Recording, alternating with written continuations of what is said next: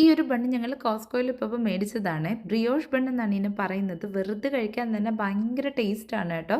പക്ഷേ ഒരൊറ്റ പ്രശ്നമേ ഉള്ളൂ. ഫ്രഷ്ലി ബേക്ക്ഡ് ആയതുകൊണ്ട് ഇന്ന് മേടിച്ച് കഴിഞ്ഞാൽ ചിലപ്പോൾ നാളെയോ മറ്റന്നാളോ ഒക്കെ ആയിരിക്കും ഇതിൻ്റെ എക്സ്പയറി വരുന്നത്.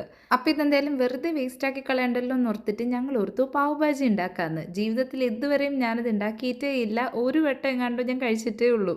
പക്ഷേ ഈ നോർത്ത് ഇന്ത്യൻ ഫുഡൊക്കെ എനിക്ക് ഭയങ്കര ഇഷ്ടമാണ് കേട്ടോ.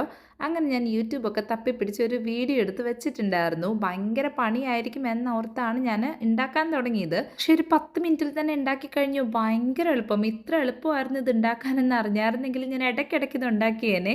കാരണം ഈ ഒരു സാധനം ഉണ്ടാക്കാനായിട്ട് ഈ ബ്രിയോഷ് ബണ്ണ് തന്നെ വേണമെന്നില്ല. സാധാരണ ബ്രെഡൊക്കെ ഇല്ലേ, അതിൻ്റെ കൂടെ ആണെങ്കിലും നല്ല അടിപൊളിയായിരിക്കും.